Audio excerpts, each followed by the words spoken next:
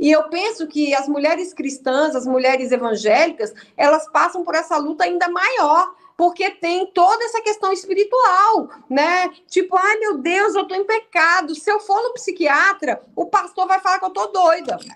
O meu sentimento é de gratidão a todas vocês que vão assistir esse vídeo, que estão assistindo, né? E que vocês possam sentir o meu abraço, as minhas orações, né?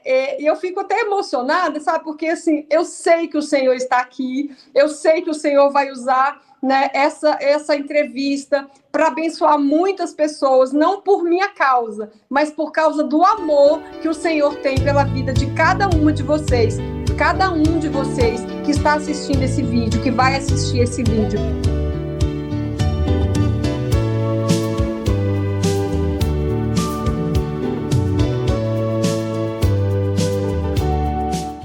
A paz do Senhor Jesus, irmãos.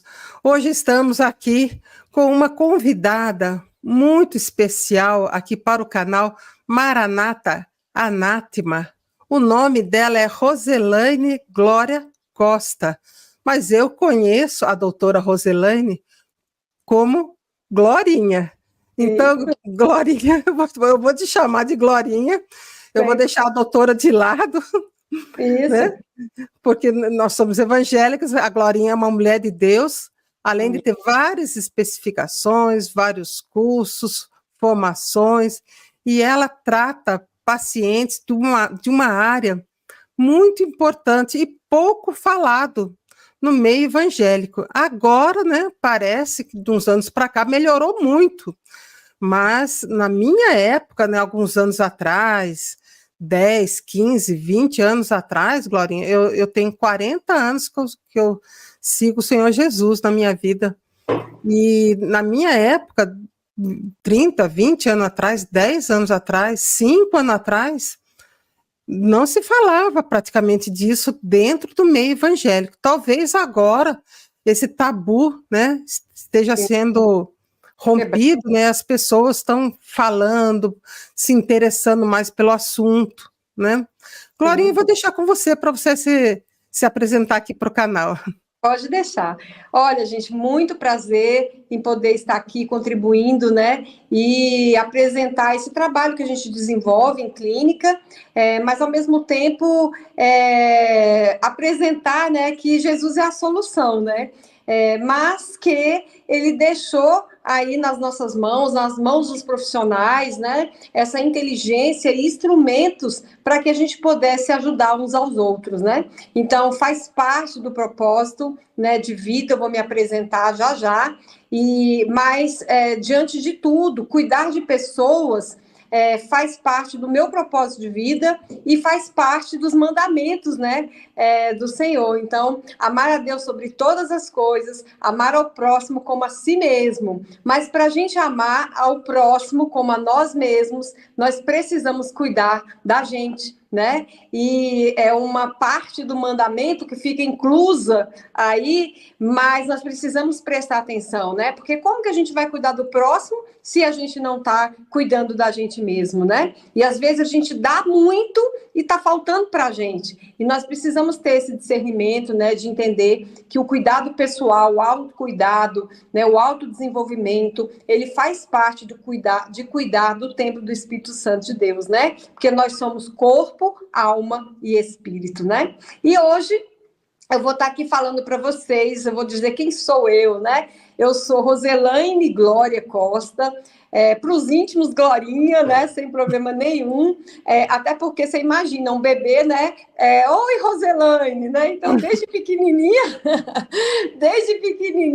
que o Glorinha ficou aí na boca de todos, né? E eu não tenho problema nenhum, né, dessa identidade. Pode me chamar de Rose, de Roselaine, de Glória, de doutora Glória, de Glorinha, né, que para mim está tudo bem, né? Eu tenho 55 anos, tenho há 35 anos de uma grande amiga, a pastora Alice, que é do Núcleo da Fé. Hoje eu faço parte dessa igreja, e eu fui trabalhar com ela, e lá ela me apresentou o Senhor Jesus, fui amada e até hoje, né, somos cuidadas nesta igreja, nessa congregação, e sou muito feliz em poder estar andando com o povo de Deus, né? Isso me agrada muito, estar aqui, podendo falar para mulheres de Deus, mulheres que temem ao Senhor, que têm o mesmo propósito, né? Que têm o mesmo coração em Jesus.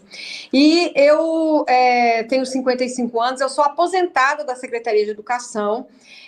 Há 35 anos eu trabalho com a área de saúde e educação, e me aposentei com 50 anos, né, da secretaria, mas eu já trabalhava em clínica, eu sou neuropsicopedagoga e trabalho com estimulação neurológica. E tudo surgiu, os meus títulos, né? Os meus títulos surgiram primeiramente porque eu tenho hoje, né, meu filho de 21 anos, ele desde pequenininho tinha um comportamento aí diferente, a gente foi investigando e descobrimos que ele era autista, TDAH, né, diabetes tipo 1, então tinha um combo, né, na criatura.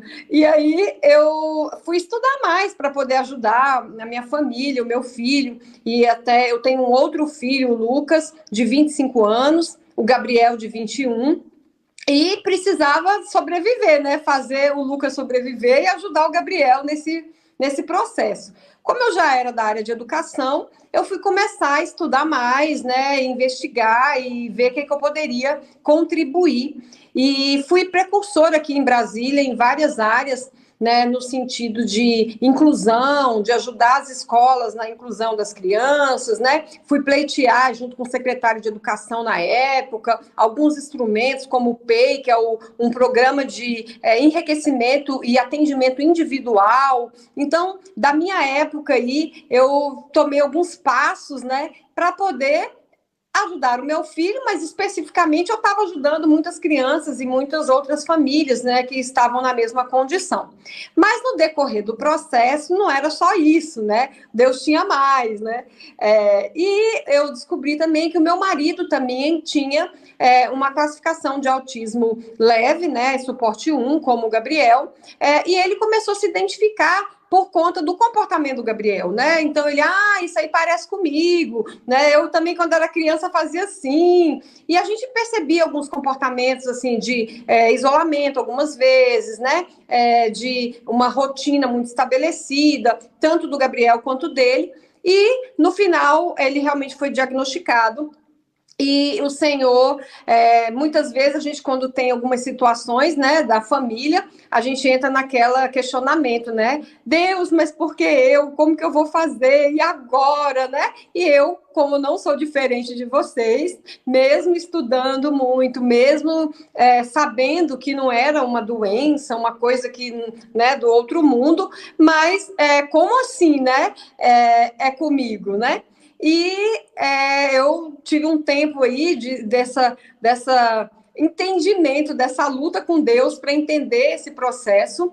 E o Senhor, assim, foi acalmando o meu coração, me dando instrumentos, me dando condições, né, de eu estudar, de eu me preparar, de eu ajudar. E muitas pessoas começaram a vir me procurar para saber, olha, como é que você está fazendo, que está dando certo, né? E eu pude ajudar muitas famílias, como eu faço até hoje, né?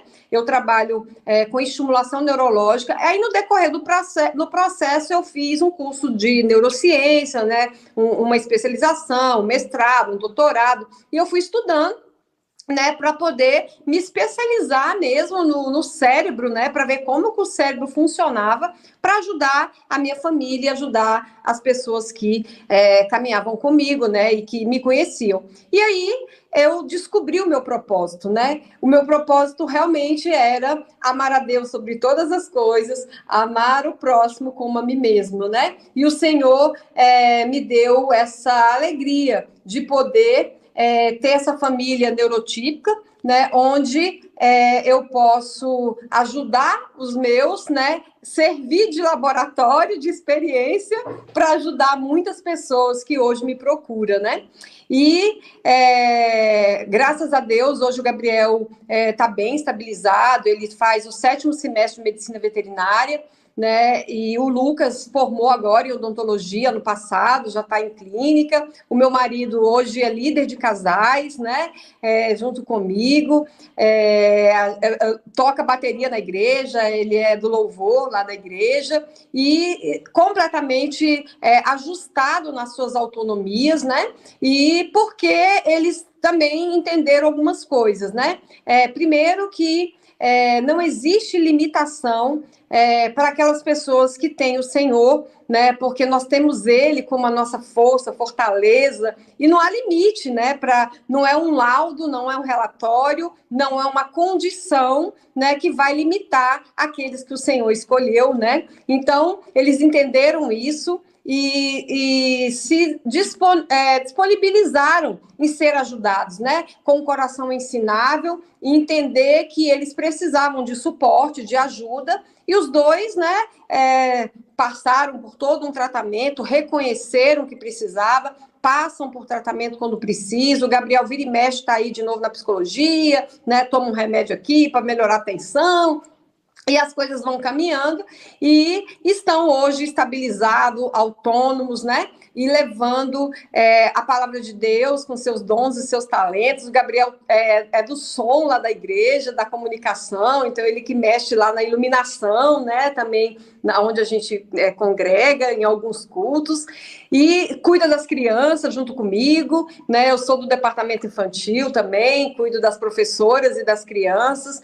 E ele trabalha comigo lá, e a gente entendeu que Deus tinha um propósito em toda essa história de vida, né? Então, queridos, eu estou contando isso para dizer para vocês que independe, né, da situação que você está vivendo hoje, né, do estado que você foi até diagnosticado ou não, né, que não tem limitação para o Senhor fazer a vontade dele na sua vida, né, como assim fez na minha, na vida dos meus filhos, né, eu sei que Deus tem um propósito, e quando a gente pega a nossa história, né, e usa a nossa história para glorificar o nome do Senhor, ele vai abrir as portas e ele vai trazer cura, né? O Gabriel, por exemplo, ele tem diabetes tipo 1, né? Na medicina, a diabetes tipo 1 não tem cura, né? Mas para o Senhor, nada é impossível. Então, eu creio na cura do Senhor, mas enquanto o Senhor não cura o Gabriel, nós usamos a história do Gabriel para abençoar outras pessoas, né? E é isso que hoje eu quero trazer aqui para vocês, que em primeiro lugar, nós vamos trazer a verdade, né? Da Bíblia fala que conhecereis a verdade e a verdade vos libertará. Então, nós vamos falar um pouquinho, né? O assunto que a querida trouxe para mim era a gente falar um pouco sobre depressão, né, sobre o mal do século, né, eles estão vendendo aí que até 2030 vai ser o quadro de doença psicossomática mais alarmante, né, seria a depressão. Mas na Bíblia fala que conhecereis a verdade e a verdade vos libertará. E eu estou trazendo hoje aqui um pouco desta verdade sobre a depressão para que vocês possam ter esse autoconhecimento e se livrar dessa situação, né? Poder trazer em Deus a cura, mas, né, poder utilizar dos instrumentos que a ciência traz, né, que a psicologia traz, que a neurociência traz, os instrumentos que são conduzidos nesse século para ajudar as pessoas a saírem dessa situação, né? Hein, Glorinha, só uma coisa, parece que o Brasil é um dos campeões em venda de ansiolíticos e antidepressivos, né? Sim. Parece que o Brasil tem muitos casos, né? Elevadíssimos, né?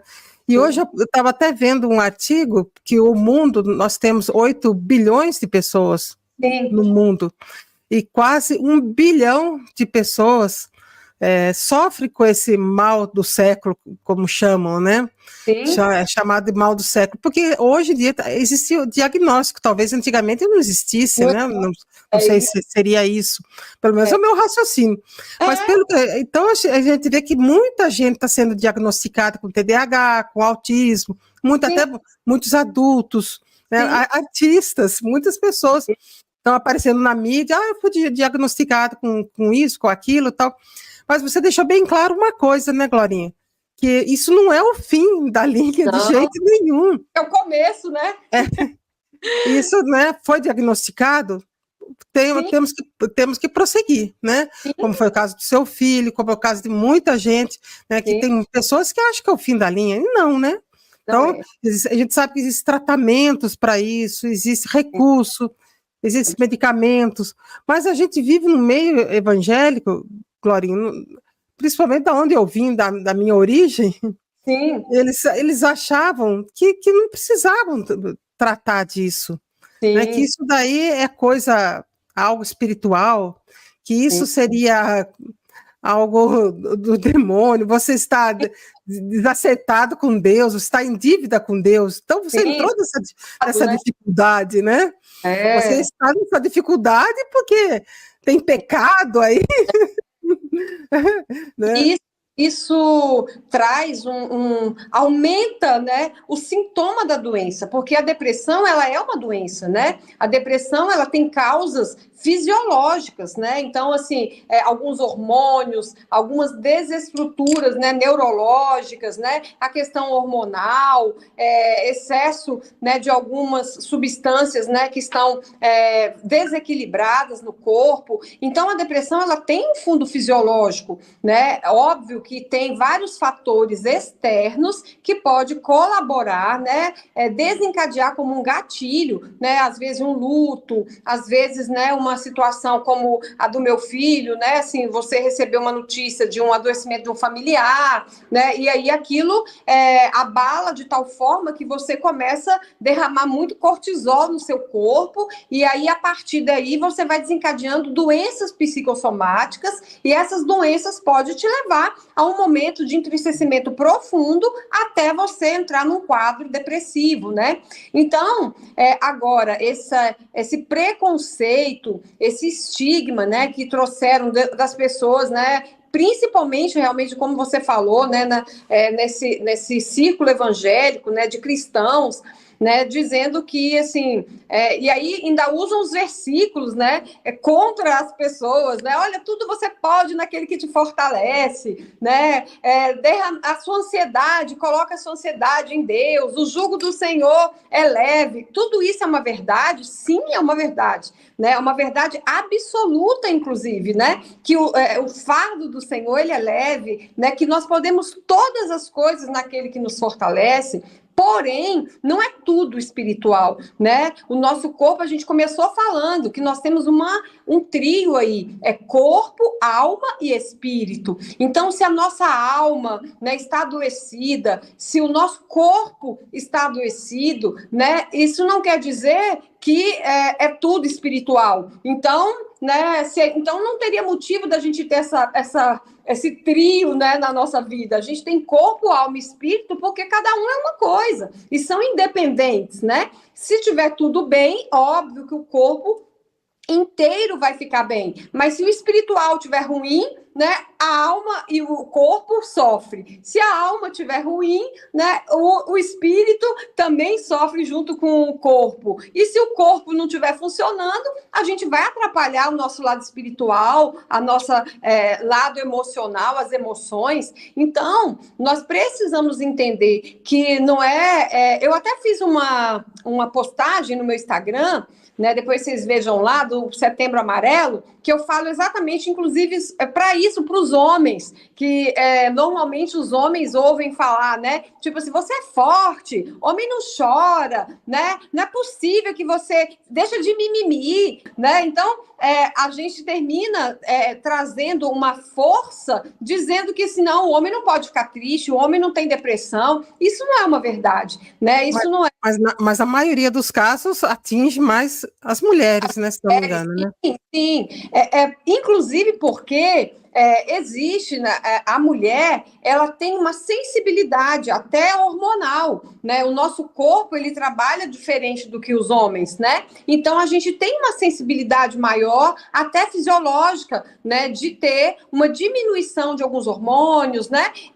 De algumas situações que, às vezes, vai nos trazer algumas comorbidades, né? Quer dizer, alguns sintomas. E esses sintomas, eles podem ser ligados, né, à depressão. depressão, como o entristecimento, a angústia profunda, o isolamento, tudo isso são sintomas, né? Aquela fadiga, né, que não acaba, aquele cansaço, aquele sono que você, né, assim, nossa, não acaba, aquela fome, né, que você tá comendo as emoções, né, assim, tudo você vai para comida, né, então pode estar sendo desencadeado um processo de depressão, né, então nós precisamos estar atentos nessas falas e entender que nós somos um trio, nós somos corpo, alma e espírito, e nós precisamos cuidar de todos os três lados, então muitas vezes, né, esses jargões que nós ouvimos aí, na rede evangélica, né, no grupo aí, na comunidade, né, evangélica e cristã, né, às vezes até os católicos também, que são mais fervorosos, assim, eles sofrem essas ameaças, esses preconceitos, né, de que você é forte e corajoso, né, a pessoa não tem nem coragem de levantar da cama, vai dizer que ela é forte e corajosa, né, não, eu não consigo nem levantar, não consigo nem ser forte, que fará corajosa, né, então a gente tem que entender que essas são na verdade, são as palavras que o Senhor nos deixou, né, de autoridade, de governo, né, sobre as nossas emoções. Então, diga ao fraco que eu sou forte. Então, são palavras que o Senhor nos deu, mas nós precisamos cuidar da nossa fisiologia. Então, e como você vai falar, Glória, mas como nós fazemos para cuidar, né, do nosso corpo? Realmente nós precisamos fazer o que tem que ser feito, né? Criança faz o que gosta, né? O que tem vontade. Agora, adulto tem que fazer o que tem que ser feito, né? Como que adulto faz o que tem que ser feito, né? Olha, eu tenho que fazer semestralmente, pelo menos, uma vez por ano, um check-up, ver como é que tá os meus hormônios, principalmente mulheres, né? Para ver.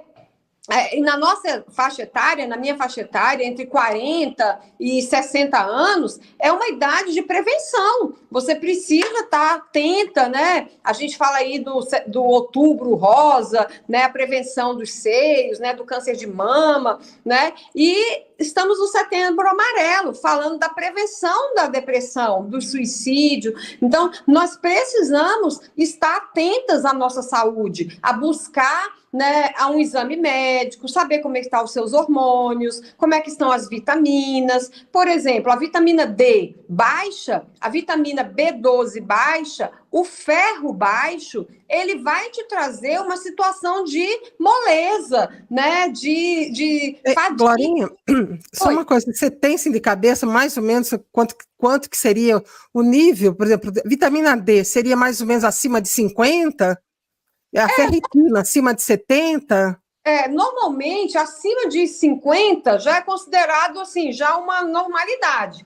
Mas o ideal seria, assim, tá nos 60, 70, né? Porque aí você tá sobrando aí um pouquinho para você poder não tomar um solzinho e não ter problema, né? A B12 mais ou menos na faixa de 900?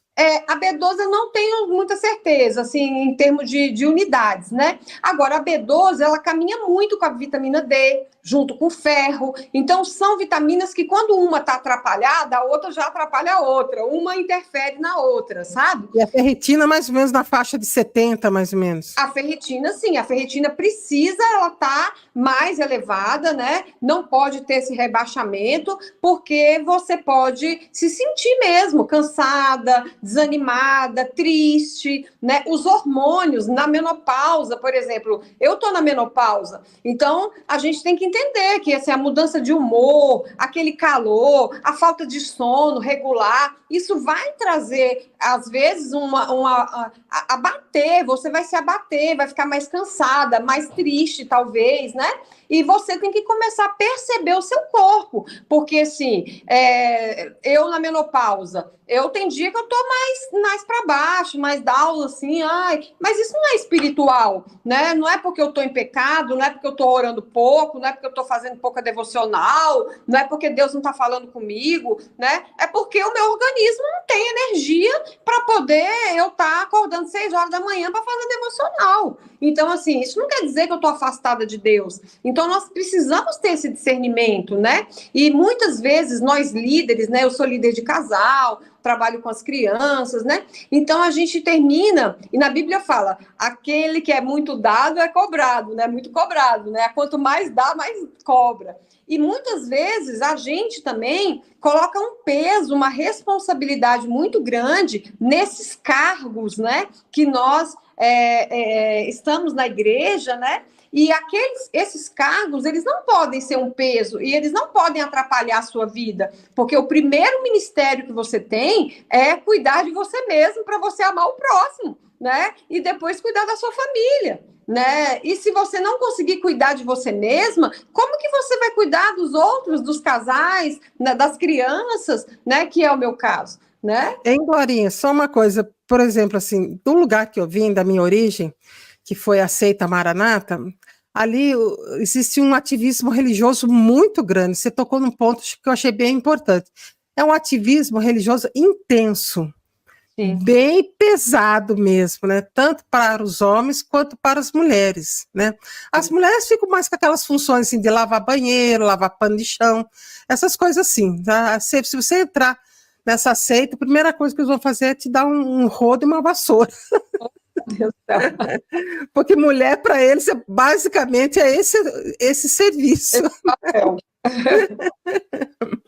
Então, e quanto muito ela pode tocar um instrumento, né? Pode cantar, né?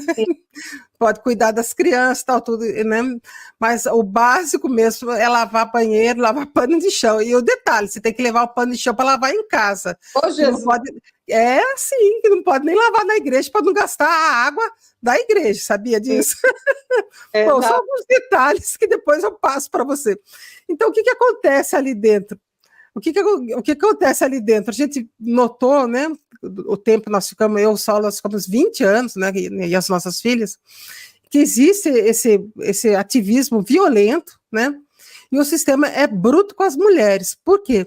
Porque os homens, como eles são mais valorizados, então eles é que viajam, eles que têm essa função de serem missionários, né? Então eles podem viajar, eles vão fazer culto em outros lugares, em outras cidades, às vezes fica uma igreja mais longe de casa, e a mulher ela fica basicamente em casa sozinha, se sentindo abandonada às vezes, porque fica com uma carga muito pesada, principalmente quando ela tem filhos pequenos, adolescentes, filhos mais problemáticos, digamos assim, né? E quando ela tem mãe, pai, aquela estrutura toda em volta dela, acredito que seja mais fácil, né? Quando ela se sente sozinha, quando ela se sente sozinha, eu acho que pesa mais nos ombros dela.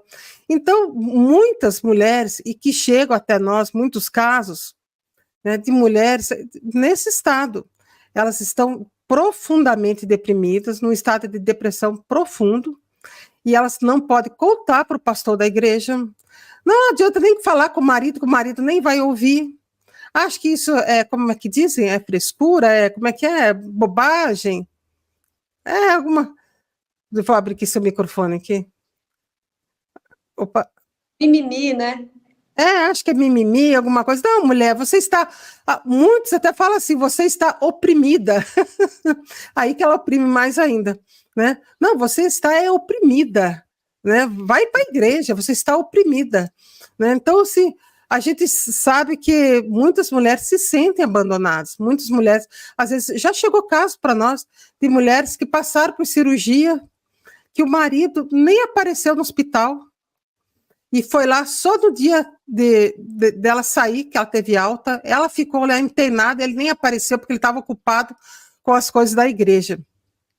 Então, a pergunta que eu deixo aqui para você, que você puder responder para a gente, você acha que uma mulher assim, que passa por esse peso, né, por tudo isso, ela tem mais facilidade, digamos assim, não sei se é esse o termo, para desencadear uma depressão? É isso, ou, Glorinha? Ou você acha que é frescura, é mimimi, como é que é? E qualquer sentimento, né? Qualquer sentimento, ele precisa ser validado, né? Independente da situação, que seja na igreja, que seja na escola, que seja no seu trabalho, qualquer desconforto, né, emocional, ele precisa ser validado. Então, porque essa história de que agora tudo é mimimi, você tem que ser resiliente, você tem que ser forte, você tem que ser isso, você tem que ser... Até tem uma paciente minha que fala, eu não aguento essa frase, você tem que ser, né? Você não tem Você que ser. está se vitimizando, você não pode se vitimizar. Eu falo, gente, agora acabou mesmo. Agora que lascou tudo. Exatamente. Quer dizer, você não pode, na verdade, o Senhor, inclusive, nos fez mulheres mais sensíveis do que os homens, porque o Senhor respeita a nossa identidade. Então, nós somos mais sensíveis, sim, nós nos entristecemos, nós temos uma empatia pelas situações, a gente tem essa misericórdia em relação às outras pessoas, né? Porque faz parte da nossa essência feminina. Então, independente do local, que seja numa situação da igreja, que seja na situação de um casamento, que seja na situação de um trabalho, né? Que hoje em dia nós temos muita questão dos assédios morais nos trabalhos, né? Então, o sentimento humano, ele precisa ser validado, né? Porque a intensidade que aquela pessoa está recebendo aquilo, não cabe julgamento de ninguém, né? Então, às vezes, para mim, que sou uma pessoa mais dinâmica, tenho um outro tipo de temperamento, né? Tive uma outra história de vida, tenho uma rede de apoio, né? Eu ficar sozinha com o marido viajando, para mim não vai fazer diferença nenhuma. Mas talvez para uma outra mulher que, né, não tem uma rede de apoio, não tem essa segurança, né, de resolver, de proatividade, e que naturalmente não é necessário ela ter, né, ela pode ter um entristecimento e, inclusive, gerar, como eu falei, né, essas doenças psicossomáticas por conta do excesso de cortisol, né, do entristecimento, da sobrecarga de comportamentos e de coisas que ela precisa fazer, ela pode realmente desencadear um quadro, né, de ansiedade, de depressão e às vezes até um quadro clínico de alguma doença do estômago, né, fibromialgia, dores de cabeça constantes, enxaquecas. Então, tudo isso são doenças, como é que é o nome? Psoríase, né? Doenças de pele, né? Estão todas voltadas a esse desconforto e desequilíbrio, né? Funcional do corpo. Então, o cérebro manda um comando, né? E aquele está tão desequilibrado que a pessoa termina tendo, né, alguns sintomas, e esses sintomas, eles podem estar advindo a uma situação fisiológica, uma depressão, uma ansiedade, uma crise de pânico, né? E várias outras doenças e transtornos que podem estar afetando aquela pessoa, sim. Então, claro que essas mulheres que estão passando por essas situações, cada uma vai receber aquilo de uma forma, e nós precisamos validar o sentimento delas, sim, e elas também, né? E aí a gente volta no autoconhecimento, na valorização, na sua identidade em Cristo. Quem você é em Cristo? Né? Quem você é? Você é imagem e semelhança do Senhor Jesus. Então, né, você, baseado na sua autoimagem,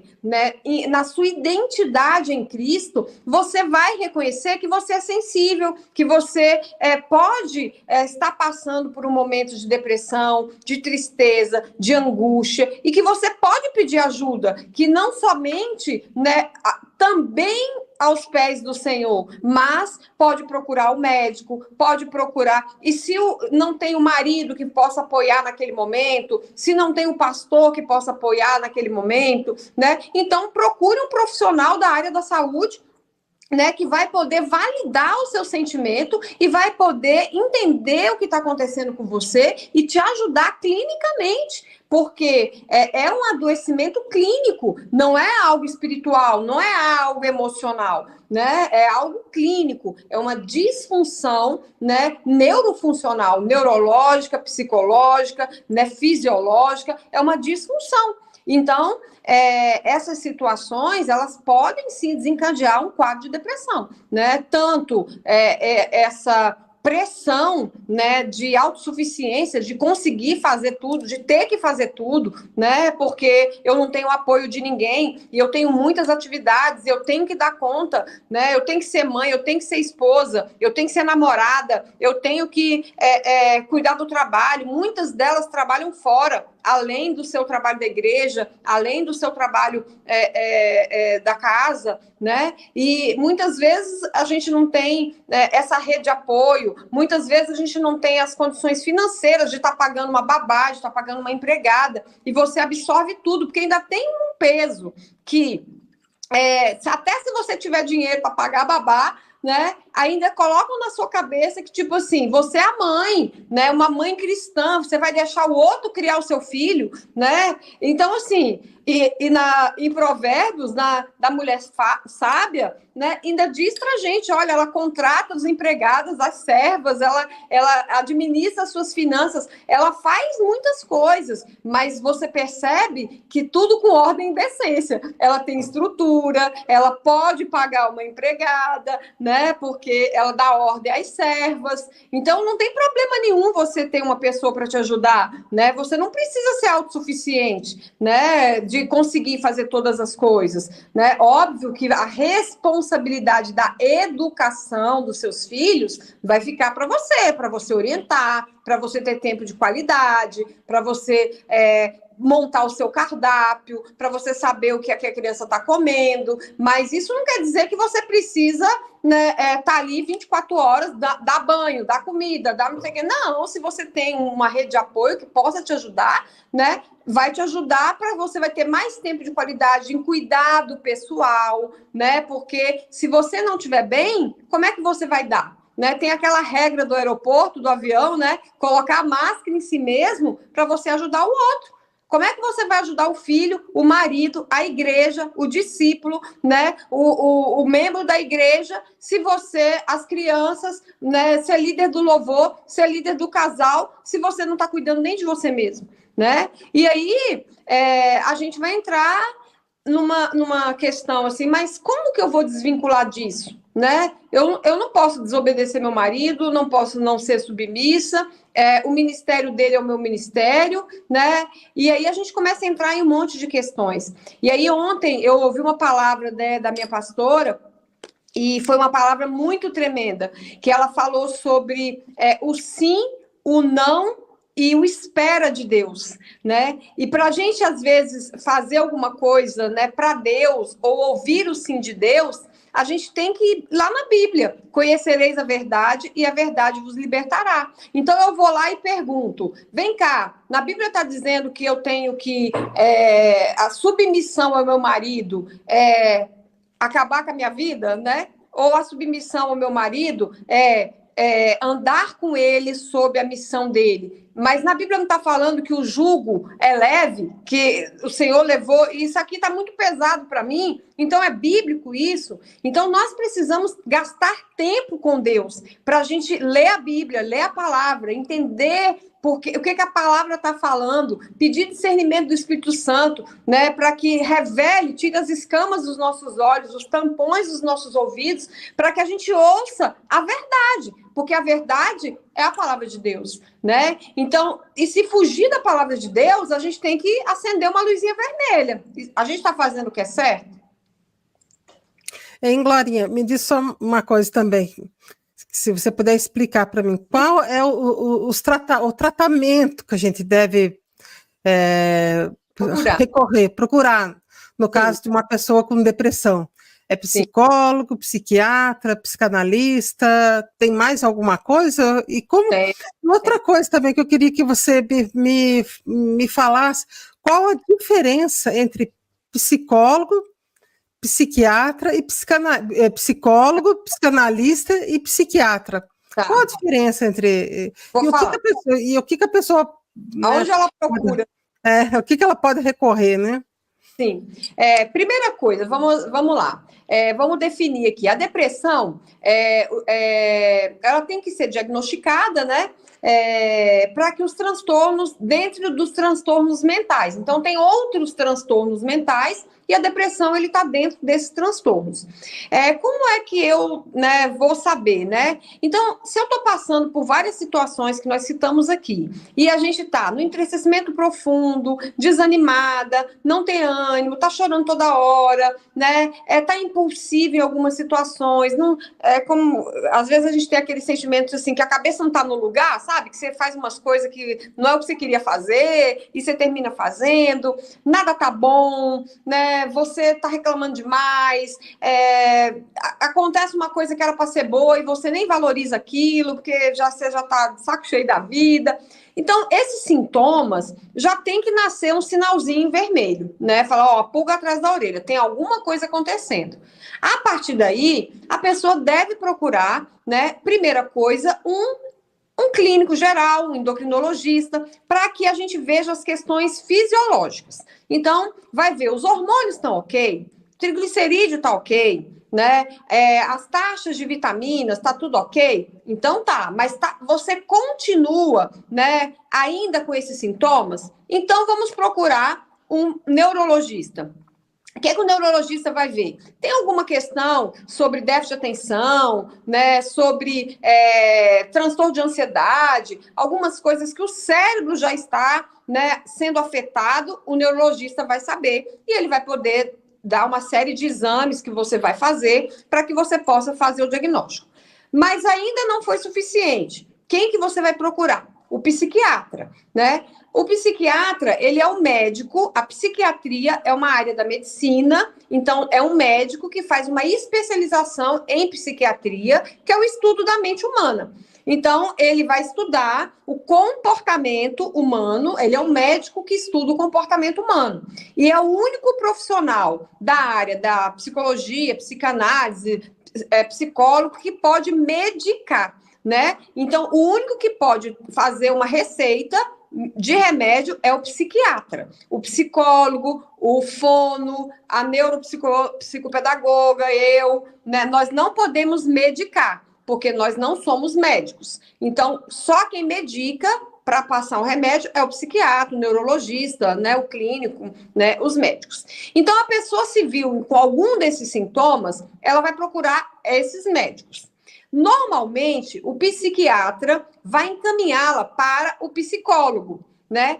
Quem é o psicólogo na fila do pão, né, para essa história? Normalmente, o neuropsicólogo, ele vai fazer uma avaliação neuropsicológica. Ele vai avaliar quais são as funções executivas, as funções neurológicas daquele paciente, como que está o funcionamento. Se ele tem uma hipótese diagnóstica por conta dessas características, não é uma hipótese diagnóstica de transtorno de ansiedade, depressão, TDAH, autismo. Então, esse neuropsicólogo, ele vai fazer esta avaliação. Pode procurar também o neuropsicopedagogo, que é o meu caso, que ele vai tratar das funções executivas voltadas para aprendizagem, atenção, memória. Então, você pode fazer essas inteligência, você vai fazer essas avaliações. Fazendo essas avaliações, você vai voltar no seu psicólogo, no seu psiquiatra. Por quê? O psicólogo, o fono, o psicopedagogo e o neuropsicopedagogo, que é o meu caso, não faz laudo, faz relatório. Então, a gente encaminha o relatório para os médicos e o médico, com análise dos nossos relatórios, ele vai, né, dar o CID, que é o número daquela doença, daquele transtorno. Então, ele vai dizer, olha, baseado nessa avaliação, nos sintomas, na queixa, você está no CID 1190, né? Déficit de atenção, hiperatividade. Você é autista, você está no estado de depressão, né? E aí tem os níveis da depressão, severa, mais leve, né?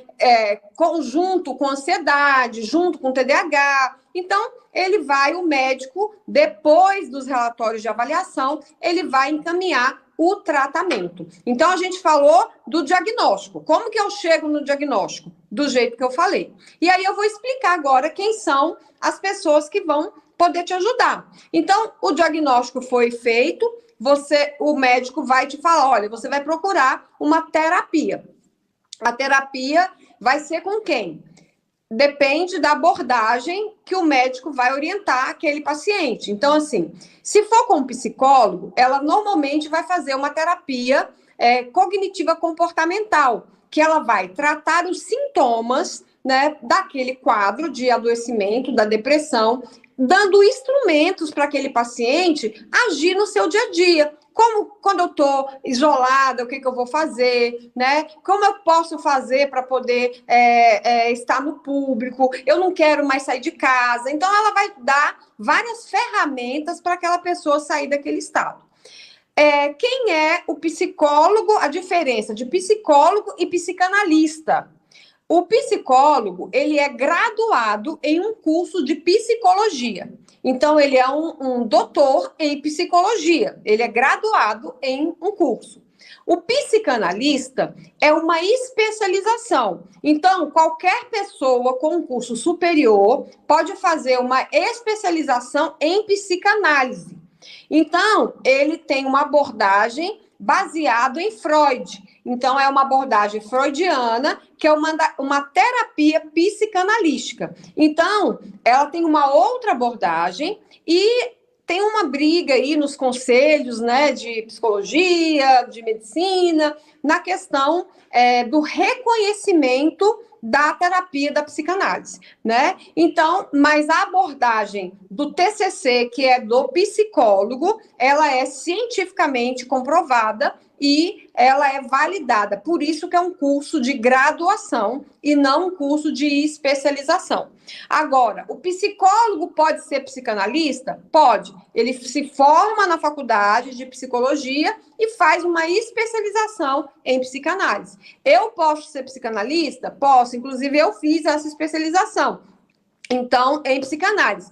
Só que a minha área que eu quis atuar não foi a psicanálise, foi a neurociência e as estimulações neurológicas. Então, quais são os tratamentos que o médico vai passar? Pode ter um tratamento com remédio? Sim, dependendo do quadro do paciente, da análise feita por esse médico e também da equipe multidisciplinar, que seria o neuropsicopedagogo, o psicólogo, o psicanalista, quem estiver atendendo aquele paciente, pode-se achar a necessidade de controlar alguns hormônios, alguns neurotransmissores, através de uma medicação.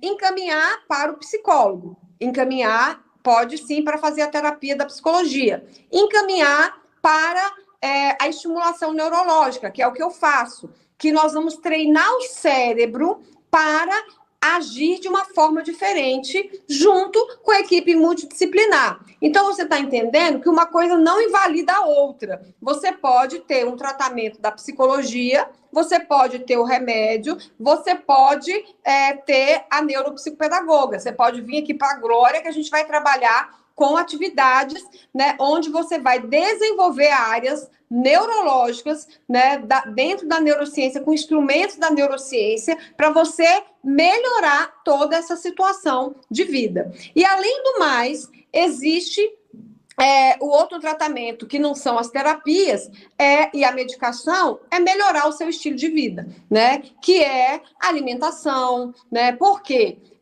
O excesso de açúcar, de carboidrato, ele vai trazer uma aceleração para o seu cérebro, e essa aceleração ela pode prejudicar o seu desenvolvimento, ela vai inflamar o seu corpo, e aí, quer dizer, você vai ter mais dificuldade, né, em metabolizar a medicação. Então, o estilo de vida que aquela pessoa estará, né, deverá passar, vai ter que ser modificado. Por exemplo, exercícios físicos, né?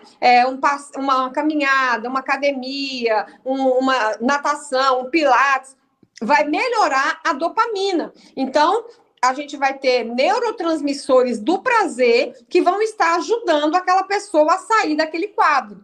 Então, existe várias situações para que a pessoa possa sair do quadro de depressão. Então, a depressão tem cura? Sim.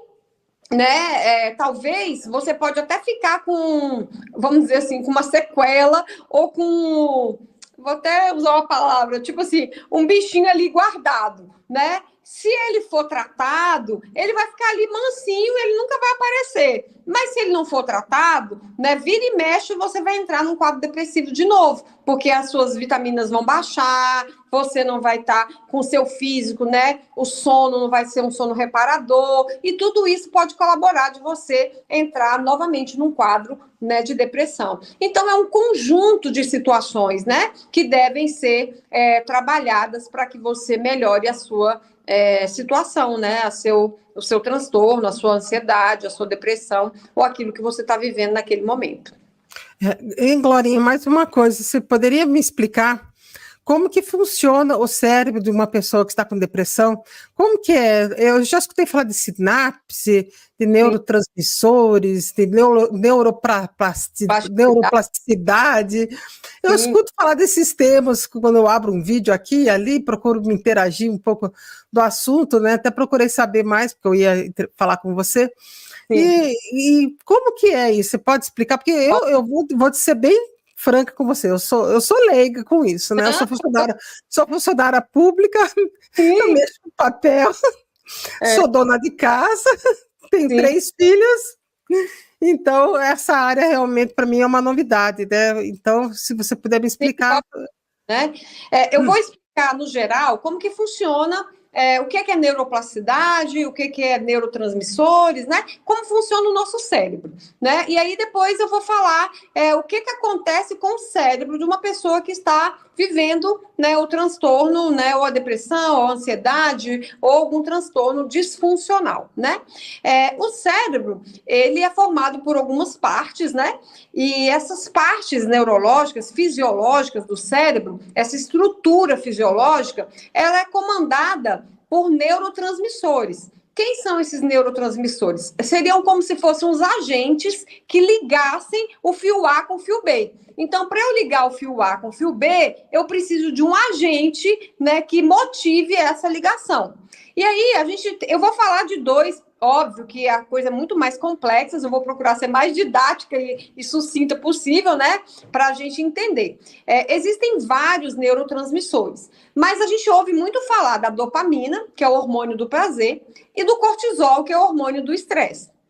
Então, esses são neurotransmissores, como se fosse a cola do fio A do fio B.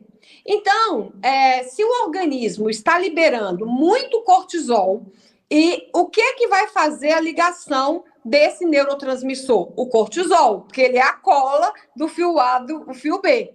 Então, se a pessoa anda num nível de estresse muito grande, as neurotransmissões dela serão feitas, né, com esse hormônio do estresse.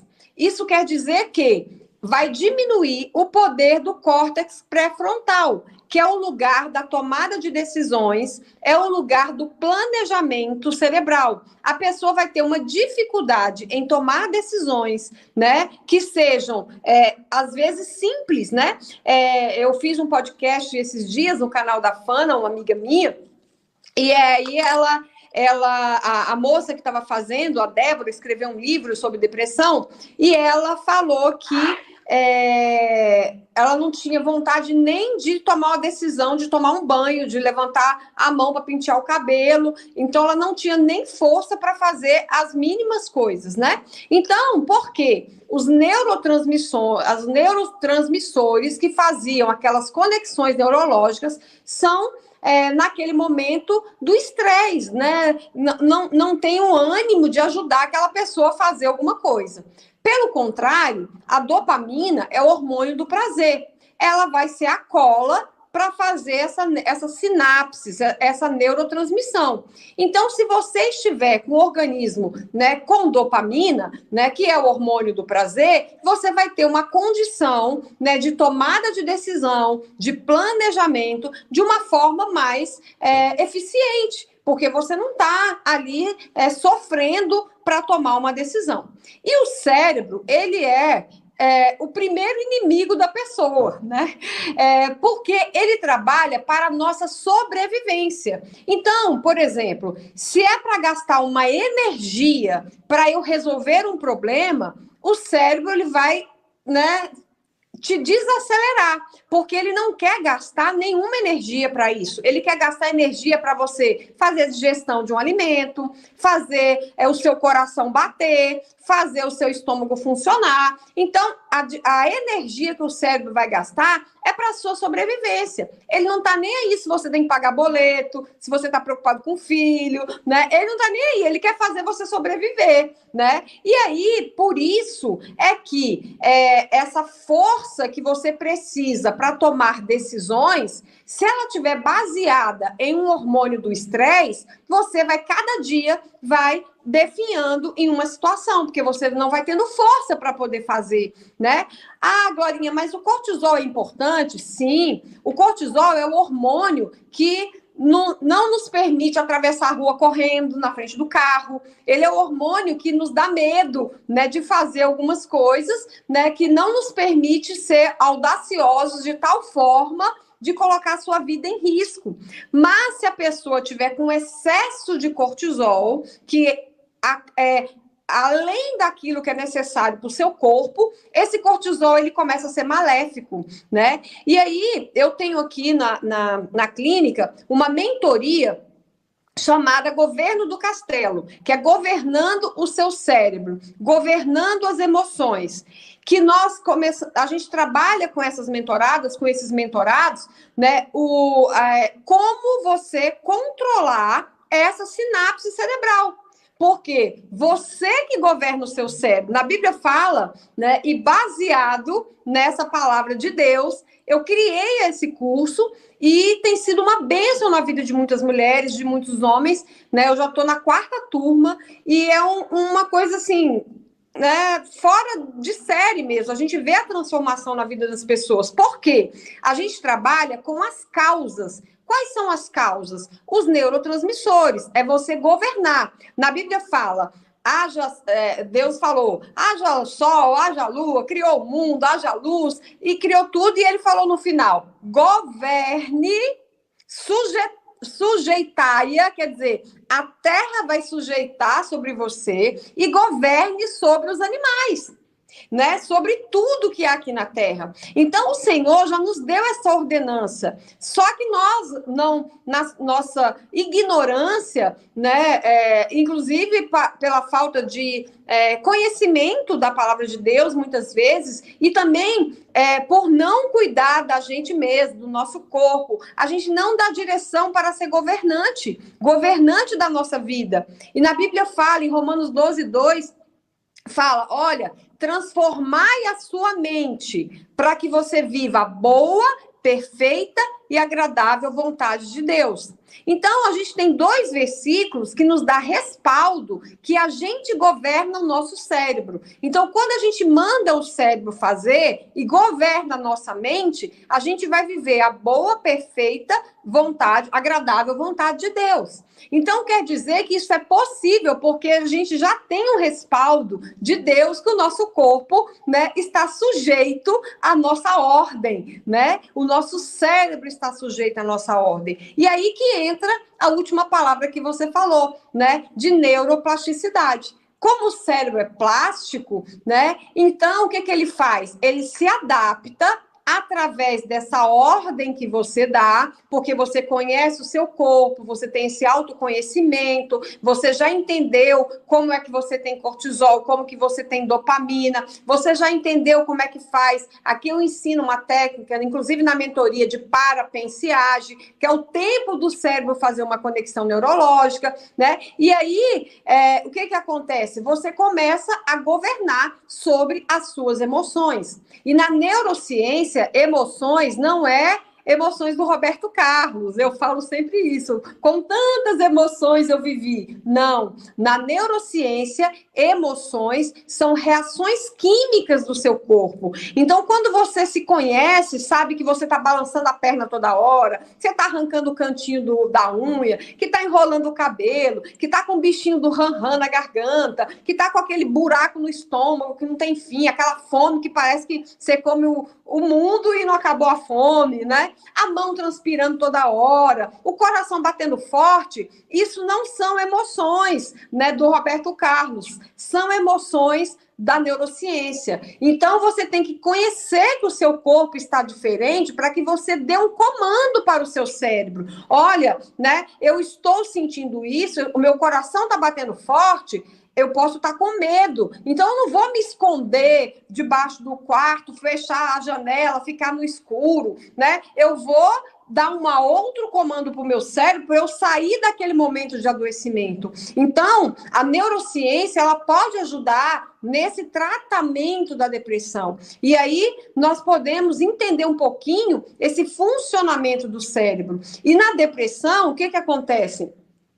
O que acontece? Tem mais neurotransmissor, né, do estresse e baixa de vitaminas e baixa de condições para que te dê uma estabilidade nas funções executivas, na sua atenção, na sua memória, no seu planejamento, no seu córtex pré-frontal, na sua tomada de decisão, porque o seu corpo está disfuncional. E aí, as suas neurotransmissões, as suas sinapses, elas não serão adequadas. Por isso que é bom associar todo esse tratamento, a neurociência, a psicologia, em alguns casos a medicação, o seu estilo de vida, tudo isso vai colaborar para que você saia desse estado. Glória, só precisa dessas coisas, né, desse estímulo neurológico, só quem está em depressão? Só quem está em ansiedade?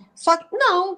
Todas as pessoas que querem melhorar e governar sobre a sua vida, ela precisa passar por um processo de treinamento funcional do cérebro, de ginástica para o seu cérebro. Então, né, você que às vezes olha, você está falando isso, mas eu me vejo em algumas situações, mas eu não sou depressiva, eu não estou na depressão, né? Mas eu estou sentindo alguns sintomas. Então, já é hora de prevenir e correr atrás do prejuízo. Cuidar de si mesmo, para que você possa cuidar do outro, né? E cuidar de si mesmo é autoconhecimento, autorresponsabilidade. Ninguém pode cuidar da sua vida, a não ser você mesmo, né? Então, a tomada de decisão de cuidar de você, né? Qual é a maior dificuldade para a gente tratar um caso de ansiedade, dependência química, depressão, né, desses quadros de transtornos?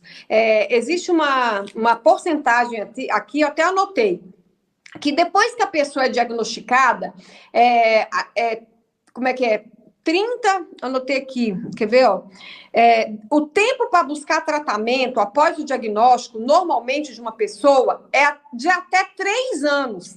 Então, tipo assim, ela descobre o sintoma, ela vai ao médico, o médico dá o tratamento, mas ela passa por um processo aí, uma grande maioria das pessoas, por um processo de não aceitação. Então, ó, 18% não reconhece a necessidade de buscar ajuda especializada, porque vai dar desculpa, falar, isso é espiritual, isso é o marido que está falando, é culpa do marido, né? É porque o outro que faz isso comigo, se ele não... Hoje eu ouvi isso. Uma mulher falou para mim, uma paciente falou para mim assim, isso é culpa dele. Se ele não fosse assim comigo, eu não estaria assim, né?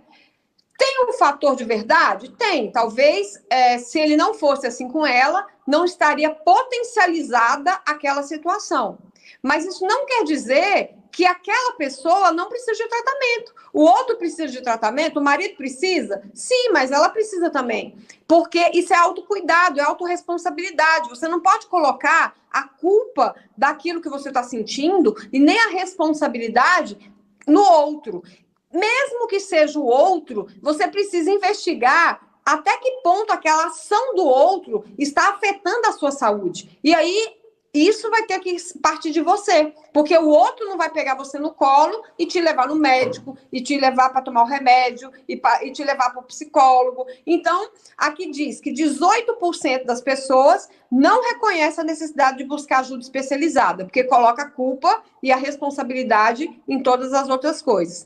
13% enfrentam a resistência interna. Então, ele começa a falar, não, eu sou capaz de lutar sozinho. Eu não vou tomar remédio, eu não vou para psicólogo, psiquiatra é coisa de doido, né?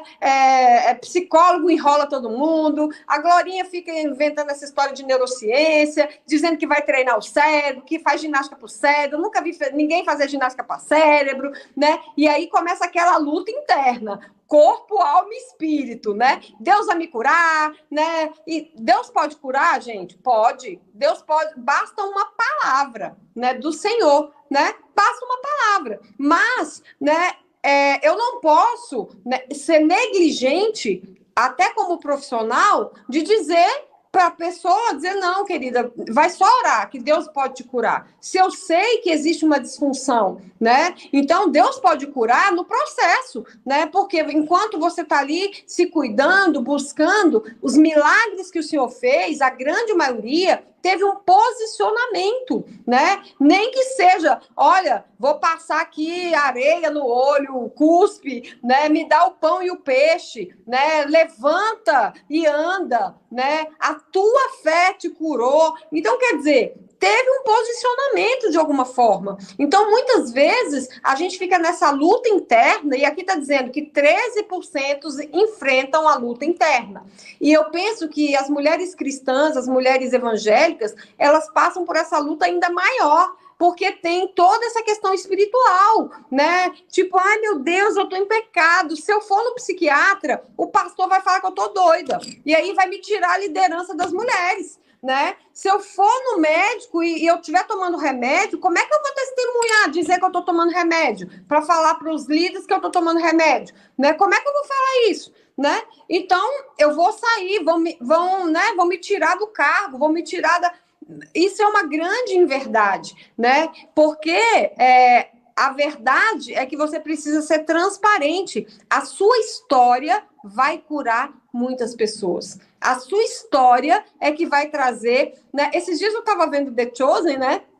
Aquele seriado, e aí Jesus fala para um dos discípulos lá, né? Ele não foi curado ainda, né? Estava mancando lá, né? E aí Jesus fala para ele, né? Fala, eu poderia te curar, eu poderia ter te curado, né? Mas o seu processo, porque as pessoas já viram muitos milagres e elas reconheceram os milagres, mas na sua vida ela vai ver o milagre pelo seu processo e porque você não desistiu de Deus, né? Você ama a Deus mesmo estando mancando, mesmo estando em depressão, mesmo estando ansiosa, mesmo sendo diabético como meu filho, né? Ele ama a Deus, eu amo a Deus, né, sobre todas as coisas, mesmo tendo um filho, uma família neurotípica, mesmo sendo um marido autista, mesmo com meu filho autista, diabético, né? Eu amo a Deus. E aí, o meu processo é que vai respaldar a minha autoridade,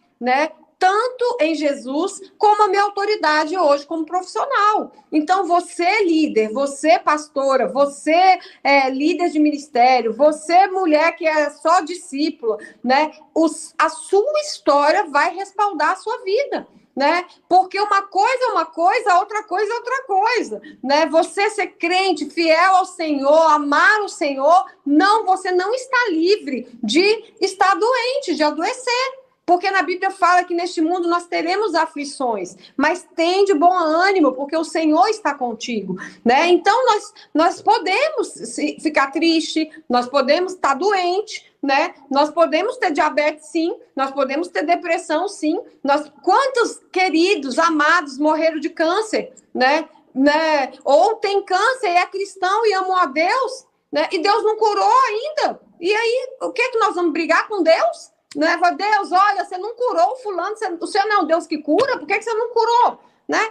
Porque o Senhor, ele é soberano sobre todas as coisas. E aí, né, o Senhor vai nos curar a nossa alma, o nosso espírito, as nossas emoções, através do processo. que nós estamos vivendo. Seja um processo de dor, seja um processo de amor, seja um processo saudável, seja um processo de adoecimento, o Senhor está ali conosco em todos esses momentos, né? Como o Senhor está na minha vida, na vida dos meus filhos, do meu marido, da minha casa, dos pacientes que eu atendo, né? De vocês, o Senhor está com vocês. Então, agora, isso não quer dizer que você não vai buscar o seu tratamento, a sua cura, né? Então, você, para buscar a sua cura espiritual, você não vai diante dos pés do Senhor, não lê a Bíblia, não ora, não vai para a igreja, não assiste o culto, não faz o ciclo de oração, não faz a célula, faz o grupo caseiro, sei lá, você vira de cabeça para baixo para poder servir ao Senhor. Então, por que você não faz a mesma coisa para cuidar da sua saúde, né? Então, porque nós somos corpo, alma e espírito, né? E nesse curso, essa mentoria, inclusive, foi uma direção que o Senhor me deu de estar mostrando para as pessoas que elas têm condições, né, nas mãos dela, dada essa autoridade pelo Senhor, né, de governar sobre as suas emoções, que não é as emoções do Roberto Carlos, mas é governar sobre o seu corpo, sobre a sua mente, sobre o seu processo de autoconhecimento e de desenvolvimento. E aí você vai colher os frutos. Quais são os frutos? Uma família equilibrada, uma saúde física e mental, né? Uma liberdade financeira, né? Uma liberdade emocional. Então você vai criar as liberdades, porque o Senhor nos trouxe essa liberdade e Ele já nos deu e nós precisamos ir em busca dela. Mas não tem vergonha nenhuma, né, da gente procurar ajuda, né? O Senhor Jesus, inclusive, ele juntou 12 lá para fazer o ministério dele. Se ele fosse autossuficiente, ele era Deus. Ele não precisava do Paulo, Pedro, Tiago, não precisava de ninguém. Ele era Deus, ele podia fazer o ministério dele sozinho, né? Mas, inclusive, ele ainda falou, olha, vocês vão fazer coisas maiores do que eu já fiz, né? Porque o Senhor nos entregou essa autoridade e Ele não caminhou sozinho. E por que você está caminhando sozinha? Não foi atrás da Glorinha ainda, não foi atrás do psicólogo, não foi atrás do médico, né? Se ninguém acredita que o seu sentimento é válido, né? Procura um profissional, porque ele vai validar o seu sentimento, né? Escolha um profissional de qualidade, né? Procure, pergunte, investigue. Também não vai em qualquer um, né? Não fica batendo a cabeça também não, né? Procura, investiga, vê quem conhece, vê, né, quem indica, né, para que você caia nas mãos certas. E olha ao Senhor, fale, Deus, me manda o profissional certo, né? Não me deixa ser enganado, não me deixa ser, né, iludido, né? Porque nós temos em todas as profissões, né? Nós temos aquelas pessoas que vão realmente ser uma bênção nas nossas vidas e tem aquelas que usam, né, os seus dons, os seus talentos para, né, às vezes, até prejudicar algumas pessoas, né? Então, precisamos pedir essa direção de Deus também. Glorinha, só para a gente encerrar aqui, que nós já estamos com mais de 1 hora, uma hora e 10, eu queria que você orientasse, não sei nem se é esse termo que a gente usa, como que fica, por exemplo, o apoio da família no caso da mulher quando está com depressão, ou se for um filho, uma filha, o que a família deve fazer nesse caso? Né? Você pode deixar uma palavra aqui? Posso, antes da gente encerrar? Assim, tem um histórico que, normalmente, um paciente que está adoecido, ele termina adoecendo a família, né? Porque todo mundo,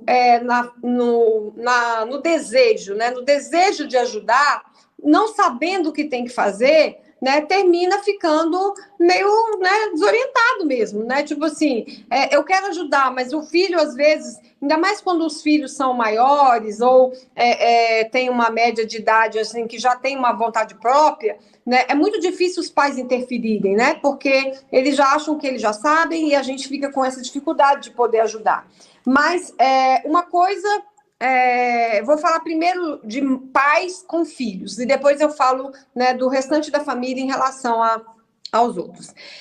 Em relação a pais e filhos, eu penso que os pais têm que entender que nós não podemos estar refém, né, daquele filho que está adoecido, né, que ele está em depressão, que ele está com transtorno de ansiedade, como é que fica refém? Não estabelecendo alguns limites, tanto de autoridade quanto de amor, né? E achando que a gente colocando numa bolha, a gente vai ajudar.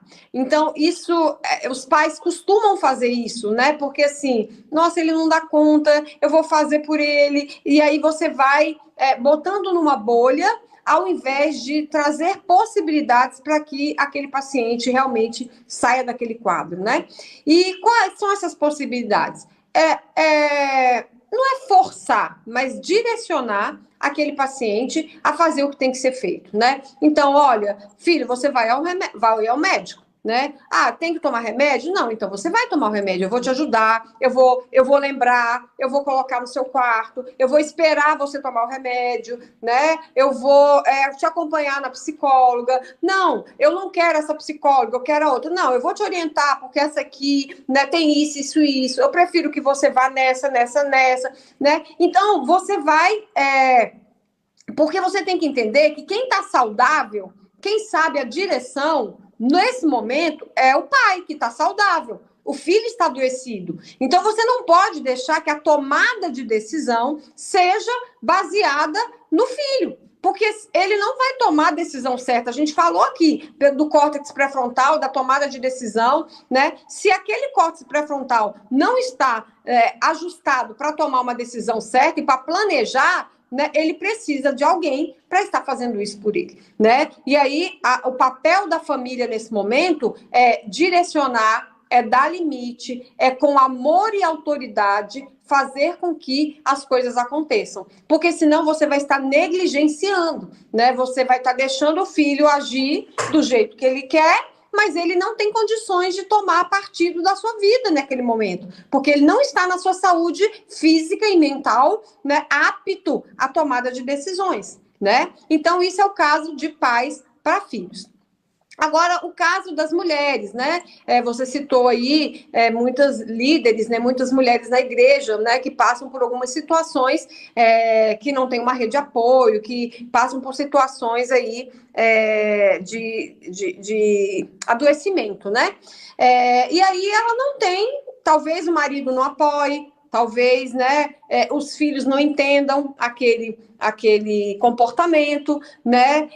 Ela precisa realmente procurar uma amiga de confiança, né? Uma pessoa que na Bíblia fala que na multidão de conselhos há sabedoria, mas procurar aquela pessoa que você sabe que vai dar um apoio realmente, não vai falar para você, não, deixa de mimimi, né? Não vai falar para você, você está vitimizando, você é isso ou aquilo. Então, aquela pessoa você não deve procurar. Mas se tem uma amiga, um parente próximo, que você confia, que você sabe que você pode externalizar aquilo que você está sentindo, né? E que não vai ter um julgamento, e mesmo que tenha um julgamento, ela não vai interferir no julgamento dela para te ajudar, essa pessoa você deve procurar. Mas se não tiver nenhuma dessas pessoas, você vai procurar um profissional da área da saúde mental, né, física e mental, para que ele possa te ajudar. E aí, esses profissionais, de uma forma, né, profissional mesmo,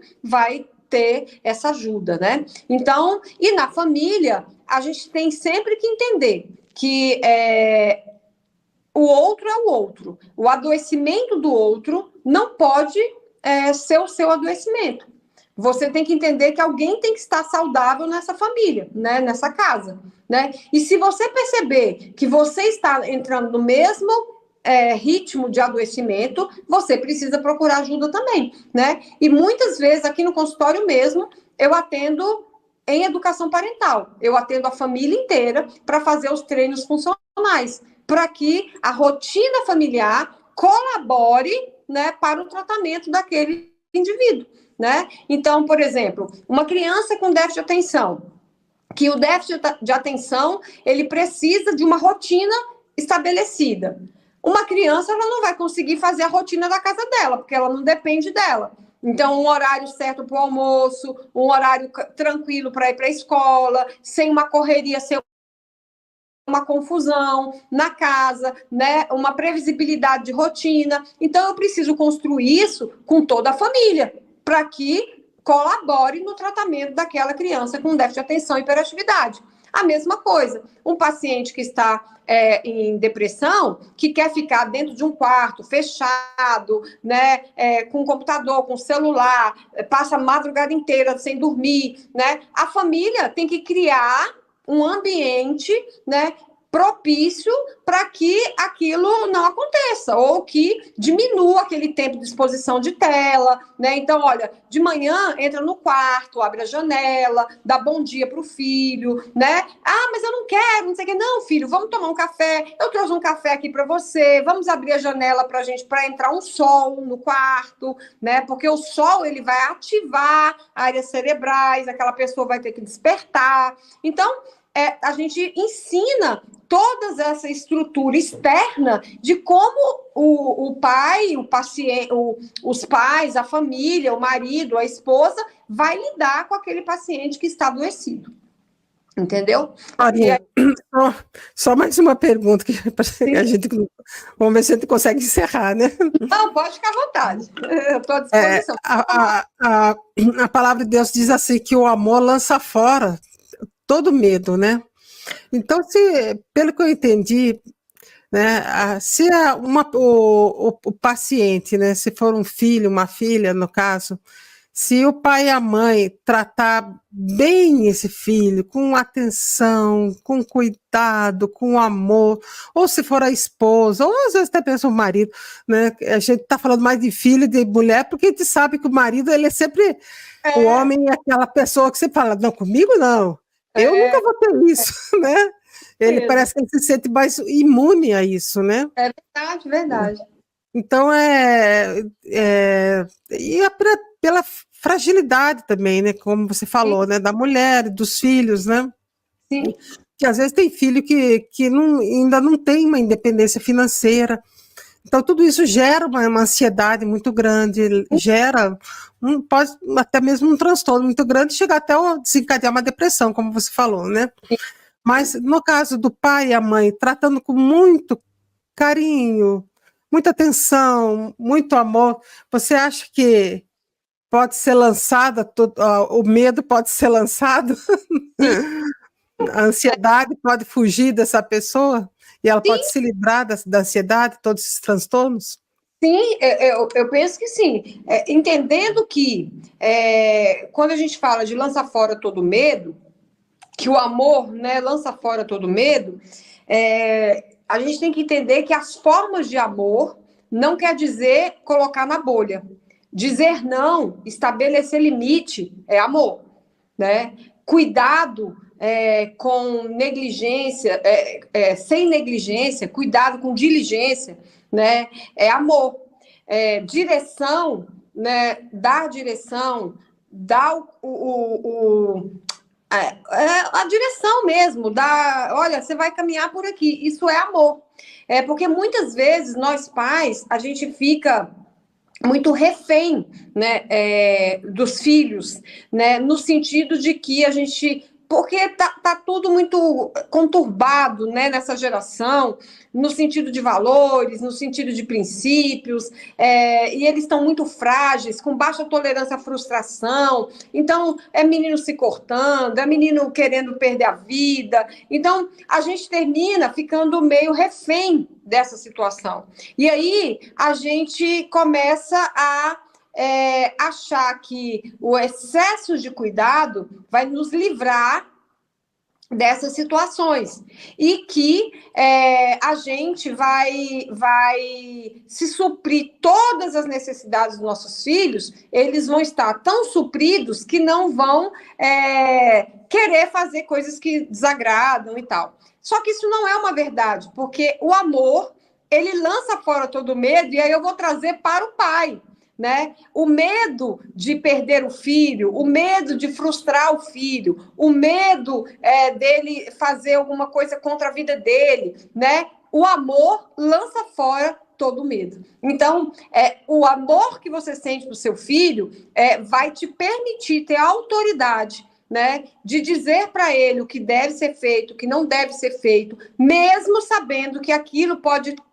trazer para ele, né, uma tolerância, uma baixa tolerância àquela frustração. Ele vai ficar triste porque você não deixou, né? Ele vai ficar chateado porque você mandou ele para um lado, ele quer ir para o outro, né? Mas a gente, pai e mãe, a gente já viveu mais do que eles, a gente já está vendo lá na frente, a gente já sabe como que vai acontecer. Então, o amor é isso também, né? Então, a gente tem que ter cuidado, que é uma linha muito tênue, né? Da gente entender que o amor não é colocar numa bolha e ser permissivo e não frustrar os nossos filhos em algumas ações, né? O amor, ele é limite, o amor é autoridade, o amor é cuidado, o amor é carinho, o amor é palavras de afirmação, o amor é direção, isso é amor, né? Então, a gente tem que ter esse entendimento dessa linha bem tênue.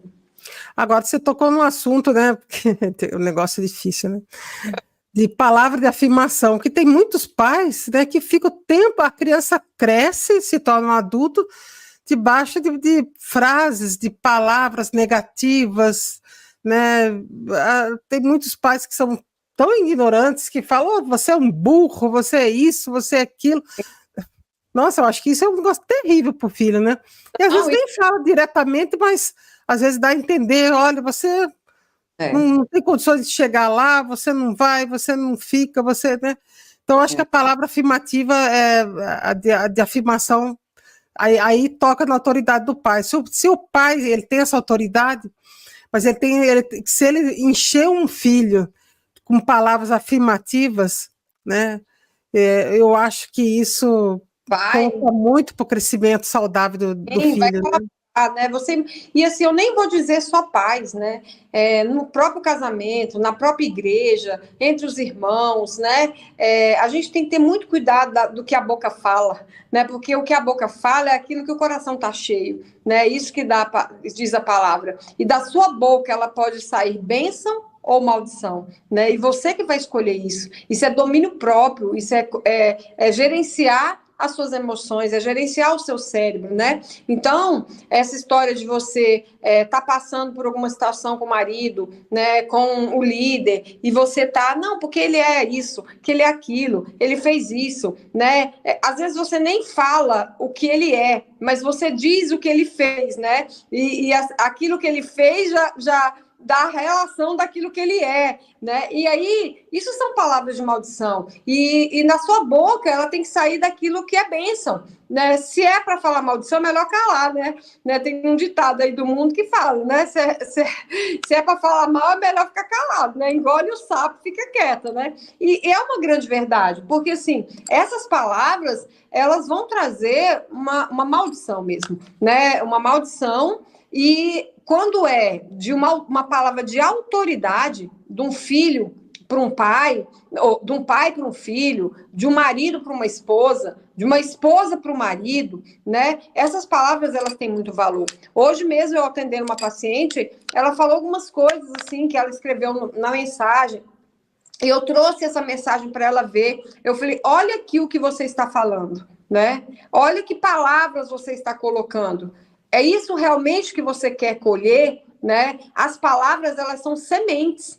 E as sementes, elas são lançadas. Se ela cair em terra fértil, ela vai frutificar. E se você plantar banana, você vai colher banana, né? Não tem jeito de você falar que o menino é burro, é mal educado, esse menino não aprende, esse menino é preguiçoso, esse menino não sei o quê, e o menino crescer a vida inteira ouvindo isso, né? Não tem como crescer, plantar banana e colher laranja, né? Ele vai ser um menino que vai estar reservado, preguiçoso, não vai querer estudar, não, ele acha que ele é burro, ele acha que ele não vai conseguir emprego, né? Vai ser um casamento que não vai dar certo, porque ele acha que ele não é um bom marido, que ele não vai conseguir criar família, que não vai ter um bom emprego. Então, a gente tem que entender que as palavras são sementes. E se a gente, né, às vezes, na situação que nós estamos, eu estou sofrendo um bullying, estou sofrendo maus tratos com o marido, né? E aí você começa a amaldiçoar aquele marido, né?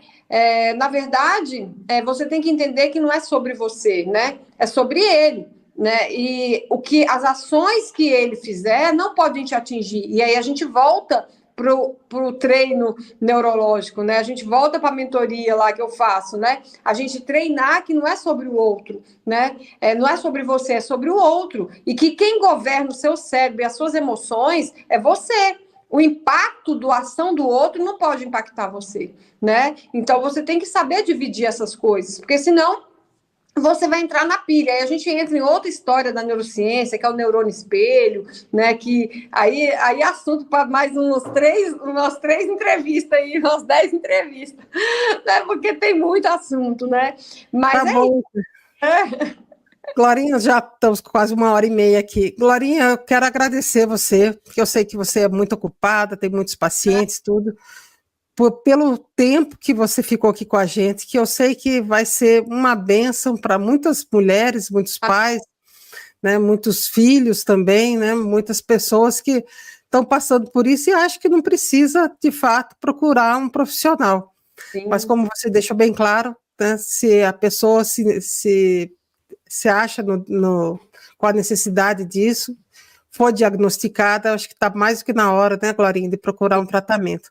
Sim. Glorinha, quero agradecer você, e se você permitir que a gente deixe na descrição do vídeo a página sua do Instagram, né, Glorinha? Pode sim, por favor. Pode deixar? Então depois você informa para a gente direitinho aqui no Zap, aqui, né, mais algum dado que você queira deixar, que a gente pode... Com relação aos seus cursos também, se você quiser deixar com a gente. Vou passar para você, sim. Eu tenho, aqui na clínica, a gente tem 5 serviços, assim, básicos, né? Avaliação, a intervenção, avaliação neuropsicopedagógica, nós temos a intervenção, que é o treino para o cérebro, eu tenho um trabalho de educação parental, que a gente atende casais e pais, com instrumentos da neurociência, para melhorar toda essa comunicação, convivência, estratégias, né, de planejamento, agenda, né, relacionamento. Então, a gente tem esse trabalho.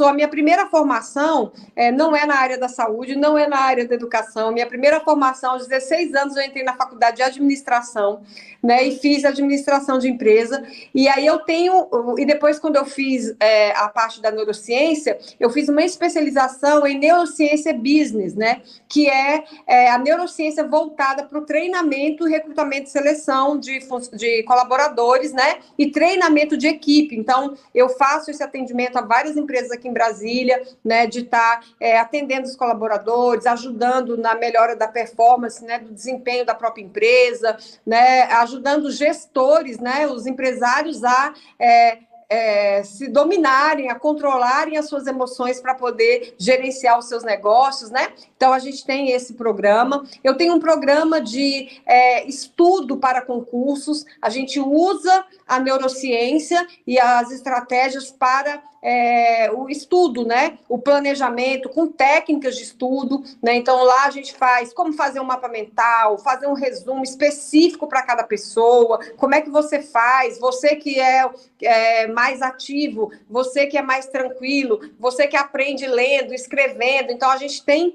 esse trabalho, né, de estudo para concurso, e tenho as mentorias, que é uma mentoria que é como abrir a sua empresa, e ser bem-sucedido na área da saúde e educação, que é para profissionais que estão começando aí os seus negócios, e aí a gente tem toda uma estrutura de marketing, advogado, contabilidade, atendimento ao cliente, processo de gerenciamento, né? Então, para esses profissionais que estão saindo aí das faculdades, né, para abrir suas clínicas ou escritórios daí de psicologia, de psicopedagogia, e a mentoria GC, que é a menina dos olhos, né? Que eu sou apaixonada aí pela mentoria, que é o governo do castelo, que é o governo das emoções, que é gerenciando o seu cérebro para você ter qualidade de vida, né? Então, esses são os produtos principais aqui da clínica, e a gente está aí atendendo todo dia,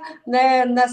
Mas assim, como eu falo, não existe gestão de tempo, existe gestão de emoção. E como eu sei o meu propósito, né, eu organizo a minha agenda, a minha família, as minhas situações aqui na clínica e na casa, para que eu possa estar disponível para falar do amor de Jesus, para poder abençoar pessoas, para que o meu testemunho seja vida na vida de outras pessoas. E eu tenho muita história para contar, desde quando eu comecei a minha vida aí, de 18 anos, que eu empreendo, já fali empresa, já comecei de novo, né? Já construí casa, né? E quem fala assim, que quem tem empresa, quem constrói casa e tem filho especial, não fica casado. Eu tô casada, tenho com meu marido há 28 anos, né? Tenho 10 anos de namoro, 38 anos, já passei por uma obra grande, já fali empresa, tenho filho especial, né? E o Senhor está comigo. Então, aqui eu falo que até aqui o Senhor tem me ajudado, né? E toda a honra e toda a glória seja dada ao Senhor, que tem me dado, assim, essa alegria de falar do amor de Deus e de trabalhar muito o que eu trabalho, mas para que o reino do Senhor seja estabelecido aqui nessa terra, né? E eu creio nisso, e eu queria, assim, agradecer muito, muito, muito a oportunidade, agradecer, obrigada por confiar nas minhas palavras, confiar, né, naquilo que o Senhor tem me dado, os instrumentos, na minha profissão, né? Muito obrigada pela confiança, e, assim, eu sinto que, assim, eu consigo enxergar os olhinhos das mulheres do outro lado, né? E assim, o meu sentimento é de gratidão a todas vocês que vão assistir esse vídeo, que estão assistindo, né? E que vocês possam sentir o meu abraço, as minhas orações, né? E eu fico até emocionada, sabe? Porque assim, eu sei que o Senhor está aqui, eu sei que o Senhor vai usar, né, essa entrevista para abençoar muitas pessoas, não por minha causa, mas por causa do amor que o Senhor tem pela vida de cada uma de vocês, cada um de vocês que está assistindo esse vídeo, que vai assistir esse vídeo. O Senhor faz mover pessoas, e talvez o meu testemunho, né, ele só aconteceu isso na minha vida para que você possa estar ouvindo aqui esse testemunho, essa mensagem nesta noite, né? E que o Senhor abençoe vocês. Muito obrigada. E siga lá no Instagram, né? Compartilhem minha página, as minhas mensagens. E não é por conta de ser comercial, não. É porque eu sei que Deus tem um propósito em edificar pessoas, em cuidar de pessoas, né? E a gente vai alcançar o mundo com a palavra de Deus, né? Porque na Bíblia fala, vá, né? Ide e apresentar o Senhor a toda criatura. E graças a Deus a gente tem a internet, né, para alcançar o mundo, né, falando do amor de Jesus e daquilo que ele pode fazer na sua vida. Então, não desista da sua vida, não desista da sua vida, dos seus sonhos, dos seus projetos, não desista dos seus filhos, não desista de você mesmo, né? Porque o Senhor, ele te escolheu para viver o melhor de Deus aqui nessa terra. Mesmo que nesse momento você fale assim, Glorinha, mas eu não consigo ver uma luz no fim do túnel, né? Mas não tem problema. Faça o que tem que ser feito, porque no processo o Senhor vai te abençoar, né? Essa é a minha mensagem. Muito obrigada. Boa noite a todos, né? E quando quiserem, a gente vai falando aí de vários assuntos, do que vocês quiserem, né? Nem que seja para trocar figurinhas sobre scrapbook, né? A gente fala de qualquer coisa que possa abençoar as pessoas, tá bom? Amém, Glorinha. Obrigada aí mais uma vez. Deus abençoe aí. Até a próxima, então, Glorinha. Até a próxima. A paz do Senhor, irmãos. Graças a Deus. Glória a Deus. A todos. Tchau, tchau.